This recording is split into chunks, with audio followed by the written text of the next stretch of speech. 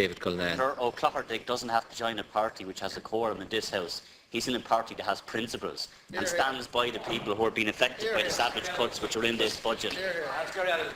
Minister, you know full well that there are many families out there who are struggling. You know full well there are many families who are struggling to send their children to school, to put clothes on their back, to put food in their mouths, to put food on the table, to put heating oil in the tanks and pay for the gas bills and the electricity bills. There are many families in negative equity. There are many families who are really struggling to pay basic bills. So we then have to ask ourselves, does this budget make it any easier on those families, or does it make it an awful lot more difficult? And we have to be fair and honest and say that it will make it more difficult for the vast majority of middle income, lower middle income, low income families, and especially people on social welfare, because of the kind of cuts which are in this budget. You, Minister, and your party, as well as Fine Gael, but Labour specifically, went to the electorate and he made some very, very clear pre-election promises, which were solemn, which were unequivocal, and which one of your senators apologised for making, which is that you would not cut child benefit. You said it was a red line issue, which means that it is non-negotiable. But yet you have turned your back on those people who voted for you. And not only on the child benefit, but also the respite grant cut and increase in college fees. Some of those constituents also emailed me, and I want to read some of them. A cut too deep for the most vulnerable in society. Please don't pass it. Hi, I am a mum of 2 autistic boys. My husband passed away suddenly 3 years ago at 39.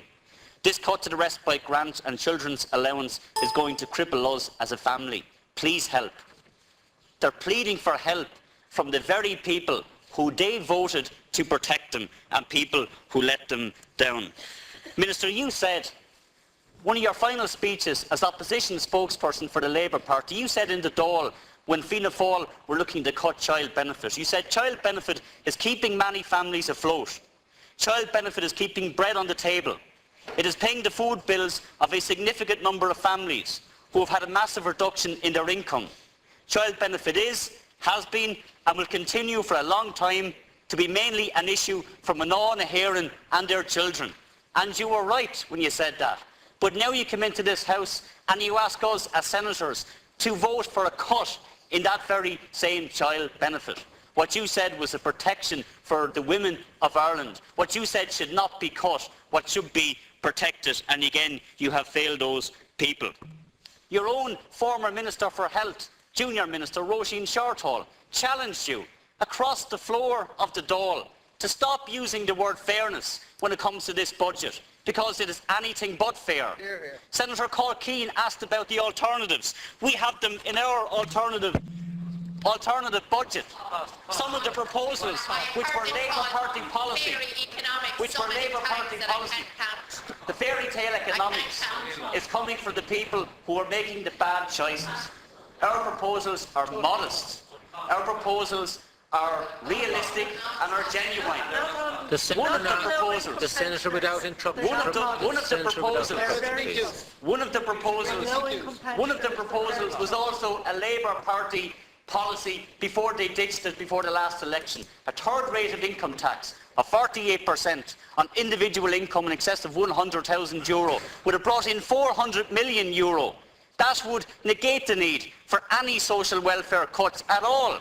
So we say to Senator Kelly, we would not cut social welfare. Yes, we would reform it. Yes, we would deal with waste. But we will not cut the incomes of the lowest incomes available to people in this state, and we will not take decisions that put more families into poverty. Not at a time when not one extra cent in income tax was sought from higher earners, no wealth tax, no cuts for politicians, but yes, cuts for social welfare.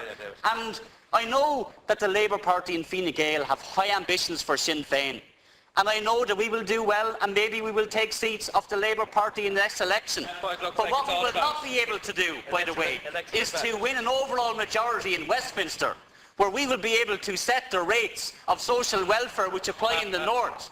But what we have done is made sure that there is no water charges. We know there is free health and free education in the north. We brought in free prescription charges.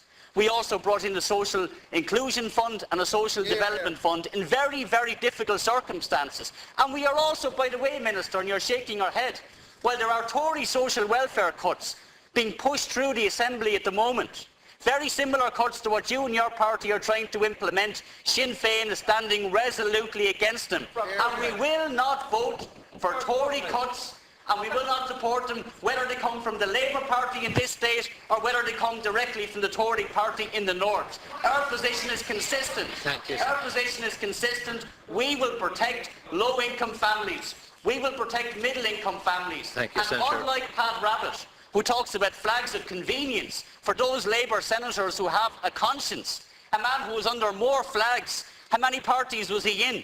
Challenging people in the Labour Party and chastising them simply because they were standing by the election pledges Senator, that one of them apologised for, and standing by the promises that they gave to the people of this country.